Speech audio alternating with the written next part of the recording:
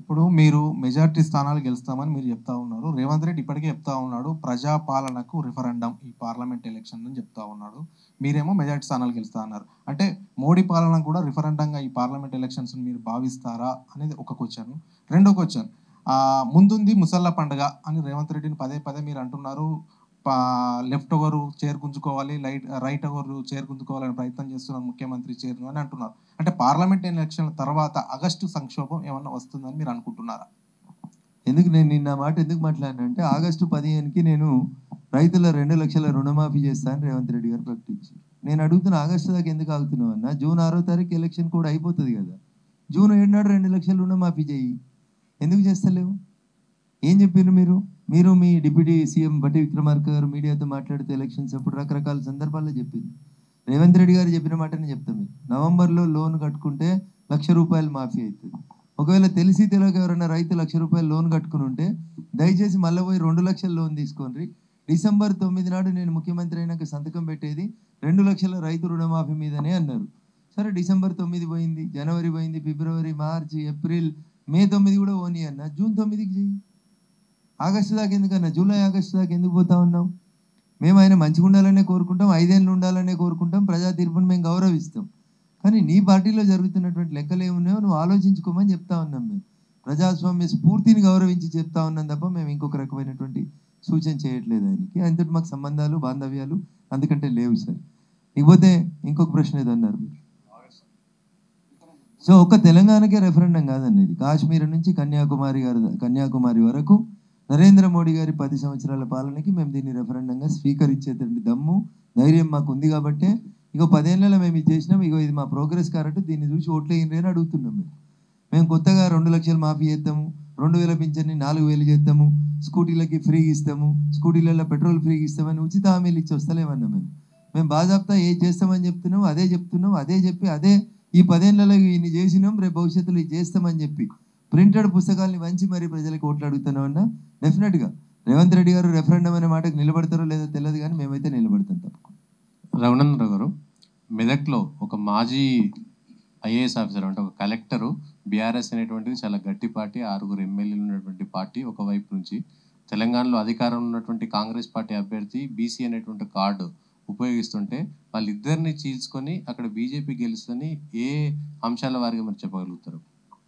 So Nizamabad జిల్లాలో 2019 ఏప్రిల్లో జరిగిన ఎన్నికల్లో శ్రీమతి కవిత గారు కల్వకుంట్ల చంద్రశేఖరరావు గారి గారాల పట్టి ఓడిపోయినప్పుడు కూడా నిజామాబాద్ పార్లమెంట్ లోపల ఉన్నటువంటి 7 అసెంబ్లీ స్థానాలలో ఎవరున్నారు ఎమ్మెల్యేలను చూస్తే అప్పుడు టీఆర్ఎస్ పార్టీ ఎమ్మెల్యేలు ఉన్నారు 7.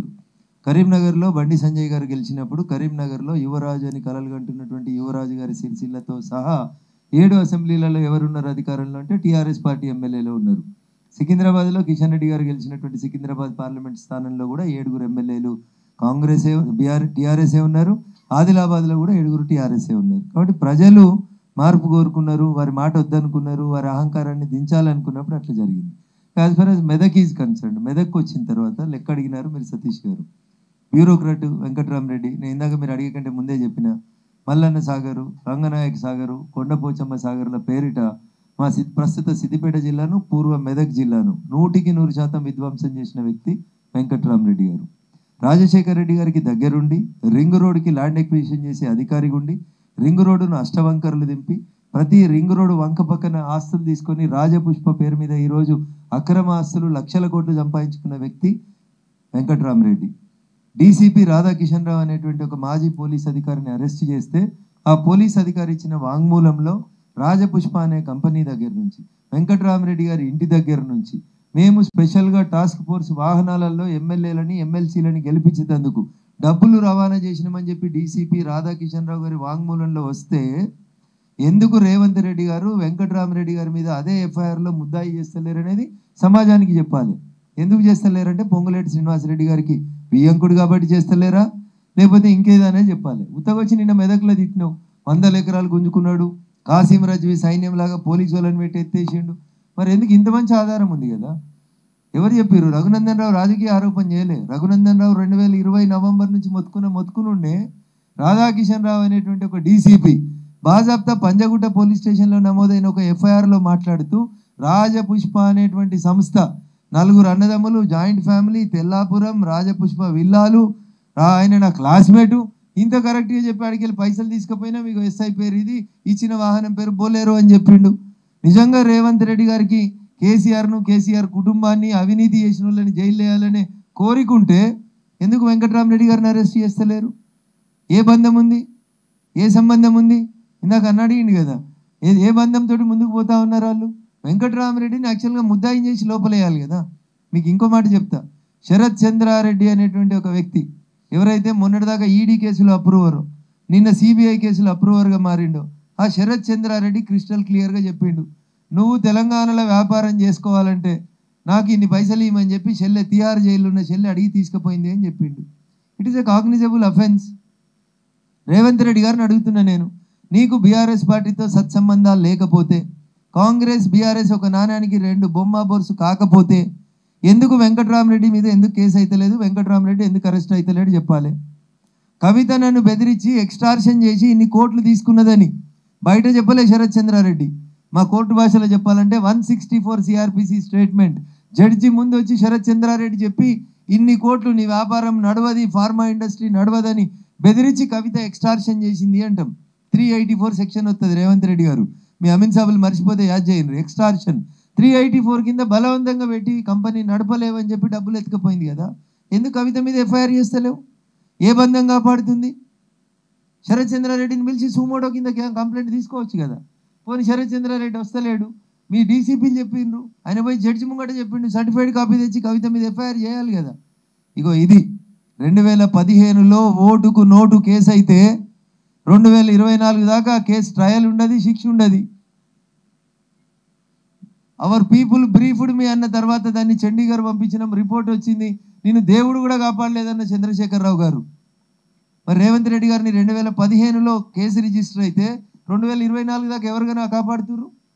ఇది బీఆర్ఎస్ కాంగ్రెస్ మధ్యలో సంబంధం కాదా? కవితను పిలిచి 2 సార్లు ఇన్వెస్టిగేషన్ చేసి అరెస్ట్ చేయకపోతేనేమో బీజేపీకి బీఆర్ఎస్కు బంధం ఉంటుంది.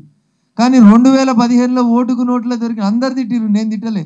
పట్టపగలు దొరికిన దొంగ అన్నారు రేవంత్ రెడ్డిని పట్టుకొని. మరి ఆ దొంగకు శిక్ష ఎందుకు ఎత్తలేరు? ఎందుకు ఏపిస్తలేరు?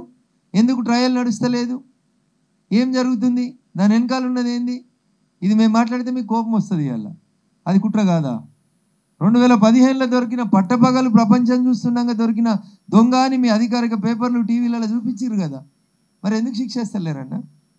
ఇవాళ ఎందుకు మాట్లాడుతూ ఉన్నారు? So this is the relationship between the Revanth Reddy family and KCR family. ఆ రెండు కుటుంబాల మధ్యలో సత్సంబంధాలు ఉన్నాయి కాబట్టి, వెంకట్రామరెడ్డి గారికి పొంగులేటి శ్రీనివాసరెడ్డి గారికి సత్సంబంధాలు ఉన్నాయి కాబట్టి బ్లేటెంట్గా బ్లాక్ అండ్ వైట్ పేపర్లు జడ్జిల ముందు ఉంటే కూడా కేసులు నమోదు చేస్తలేరు. ఏం చేసిండు వెంకట్రామరెడ్డి? వెంకట్రామరెడ్డికి మెదక్కి ఏం సంబంధం? 30 మంది కలెక్టర్లు పనిచేసిరన్న స్వతంత్రం వచ్చినాక మెదక్కి. ఆ 30లో వెంకట్రామరెడ్డి ఒకడు. శతకోటి బోడిలింగాలలో ఆయన లింగం. 30 మంది కలెక్టర్లు పోటీ చేయలేదు. వెంకట్రామరెడ్డికి ఎందుకు? In what way is connected with Medak district? ఎందుకు? మా భూములు గుంజుకున్నందుక? మా రైతుల్ని రాత్రిపూట పోలీసు వాళ్ళని పెట్టి కొట్టి తన్నించినందుక? తన ఇంటి దూలాలనే తన చితిగా మార్చుకున్న మల్లారెడ్డి శవం సాక్షిగా నీకు ఓటేయమని అడుగుతావా? రా పోలీసు వాళ్ళు లేకుండా ఒకసారి పోదాం మల్లన్న సాగర్ ఏరియాకి. ఎందుకు వేయాలి వెంకట్రామరెడ్డికి? ఏం సంబంధం ఉంది వెంకట్రామరెడ్డికి మెదక్ జిల్లాకి? ఏం చేసినావు కలెక్టర్గా నువ్వు మెదక్ జిల్లాకి? ఎన్నడన్నా సోమవారం ప్రజావాణి వస్తే, ఎవరన్నా చెప్పులు లేకుండా రాయితీలు ఎవరన్నా వస్తే ఒక్క ప్రజావాణి దరఖాస్తు చేసినావా చెప్పు? నువ్వు కలెక్టర్గా 7 ఏళ్ళు చేసినావు అని చెప్తావు కదా. ప్రతి సోమవారం వచ్చిన దరఖాస్తులన్నీ, అలా నువ్వు పరిష్కారం చూపించిన దరఖాస్తులన్నీ, చేతనైతే ఒక వైట్ పేపర్ ఎల్లుండి నీ నామినేషన్ సందర్భంగా నేను మాట్లాడతాను నీ దగ్గర పెండింగ్ ఉన్న దరఖాస్తుని. ఇది వెంకట్రామరెడ్డి చరిత్ర.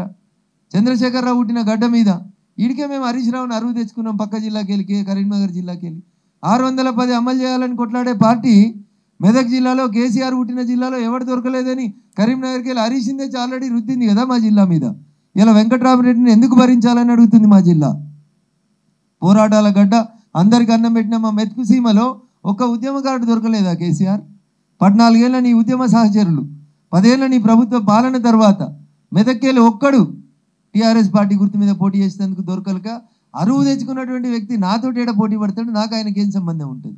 ఆయన ఇంకో మాట చెప్తున్నాడు, 100 కోట్లు పెట్టి నేను స్కూళ్ళు కడతా, వైద్య కళాశాలలు కడతా, ఏదో చేస్తా అని చెప్తా ఉన్నాడు. నేను మీ ద్వారా వెంకట్రామరెడ్డిని, మిస్టర్ హరీష్ని అడగదలుచుకున్న ప్రశ్న, 2021లో మీ మామ కాలు మొక్కి రూపాయి ఖర్చు లేకుండా ఎమ్మెల్సీ అయ్యిండు వెంకట్రామరెడ్డి. నిజంగా ఆయన 100 కోట్లు మా జిల్లాకి లేదా మెదక్కి ఇచ్చేది ఉంటే 2021లో ఎవరు వద్దన్నారు నేను వెంకటరామరెడ్డి? ఎందుకు కట్టియలే నువ్వు స్కూళ్ళు కాలేజీలు? ఎందుకు ఫ్రీ ట్రీట్మెంట్లు ఇప్పియలే? ఎందుకు ఫంక్షన్ హాల్ కట్టలే? 21 పోయింది, 22 పోయింది, 23 పోయింది, 24లో ఫస్ట్ క్వార్టర్ కూడా పోయింది కదా.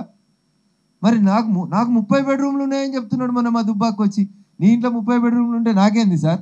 అత్తకో బెడ్రూమ్ అల్లునికో బెడ్రూమ్ ఇస్తా అని ఇవ్వలేదు కదా, గదడుగు అని అడుగుతున్నాం మేము మా దుబ్బాకోళ్ళం. ఈయన వచ్చి మా దగ్గర పోటీ చేసేదో ముచ్చటి చెప్తా అంటే 21లో ఎమ్మెల్సీ రూపాయి ఇవ్వలే, ఒక్కరిని పరామర్శించలే, ఒక్కరిని దవాఖానలు ఉంటే పోయి పరామర్శించలే. 100 కోట్లు పెట్టేది ఉంటే ఈ 3 సంవత్సరాలుగా పెట్టాల్సింది కదా. ఇంకా 4 ఏళ్ళు ఉంది నీకు ఎమ్మెల్సీ పదవికి, ఇప్పుడు ఎందుకు అదికి వచ్చినాయి 100 కోట్లు? ఇది బీఆర్ఎస్ క్యాండిడేట్ పరిస్థితి. కాంగ్రెస్ పార్టీ క్యాండిడేట్ ఇక మా మెదక్ జిల్లాలో ఇందిరమ్మ రాజ్యం తెస్తామని చెప్పే రేవంత్ రెడ్డి గారి పాలనలో కాంగ్రెస్ పార్టీ కూడా క్యాండిడేట్ లేరు పాపం. పటాన్చెరులో కాంగ్రెస్ పార్టీ బీఫామ్ మీద పోటీ చేసిన కాటా శ్రీనివాస్ గౌడ్ అనే ఓ బీసీ బిడ్డను ఓడగొట్టిన ఆయన తీసుకొచ్చి ఈయన బీసీ బిడ్డ ఈయన కోట ఏమని అడుగుతుండు.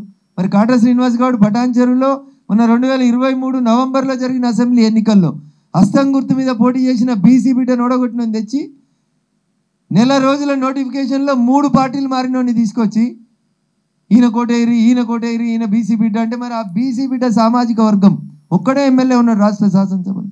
ఆయనకి ఎందుకు ఇవ్వలే మంత్రి పదవి రేవంత్ రెడ్డి గారు? ఇక వీళ్ళు వచ్చి బూటకాలు చెప్తే మా మెదకోళ్ళు ఎప్పటికీ మోసపోతారు అనుకుంటే దుర్మార్గం. రఘునందన్ రావు 20 సంవత్సరాలుగా ఆ జిల్లాలో ప్రజల పక్షాన, పేద ప్రజల పక్షాన నిజాం షుగర్ ఫ్యాక్టరీ మూతపడితే కొట్లాడినాం, లేకపోతే అరవిందోలో బ్లాస్ట్ అయితే కొట్లాడినాం. ఆఖరికి నిన్న కాక మన చందాపూర్ దగ్గర ఒక కంపెనీ వేలి కంపెనీలో కార్మికులు చచ్చిపోతే పోయి నిలబడ్డాం. ఎక్కడ ఎవరికి నోరు లేది పేద ప్రజలు ఉన్నారో వాళ్ళ పక్షాన్ని నిలబడ్డాం. అంగన్వాడీల గొంతైనా, ఆశాల గొంతైనా, ఆఖరికి స్కూళ్ళల్లో పొద్దుగలైతే టాయిలెట్లు క్లీన్ చేసే స్కావెంజర్లు 3500 రూపాయల జీతగాళ్ళని తీసేస్తే కూడా ఎట్లా తీసేస్తావు కేసీఆర్ అని అసెంబ్లీలో అడిగినోడు రఘునందన్. జయ జయ హే తెలంగాణ జననీ జయ కేతనం అని ఉద్యమ సమయంలో పాడించిన ఉద్యమ గీతం ఎందుకు నీకు తెలంగాణ రాష్ట్ర గీతం కాలేదు కేసీఆర్ అని అసెంబ్లీలో అడుగుపెట్టిన మొట్టమొదటి రోజు ప్రశ్నించిన గొంతు రఘునందన్ రావు గొంతు. ఆఖరికి వరంగల్ పోయి జర్నలిస్టులకి డబుల్ బెడ్రూమ్లు ఇస్తాం, కోపన్పల్లిలో పెద్ద పెద్ద ప్లాట్లు ఇస్తామని ముంచుతే ఎందుకు ఇస్తలేవు సార్ అని అసెంబ్లీలో అడిగిన గొంతు ఈ రఘునందన్ గొంతు. Yes, this is the voice of voiceless. కాబట్టి బరాబరి మా మెదక్ ప్రజలు నన్ను ఆశీర్వదిస్తారని నాకు సంపూర్ణమైన విశ్వాసం ఉంది సతీష్ గారు.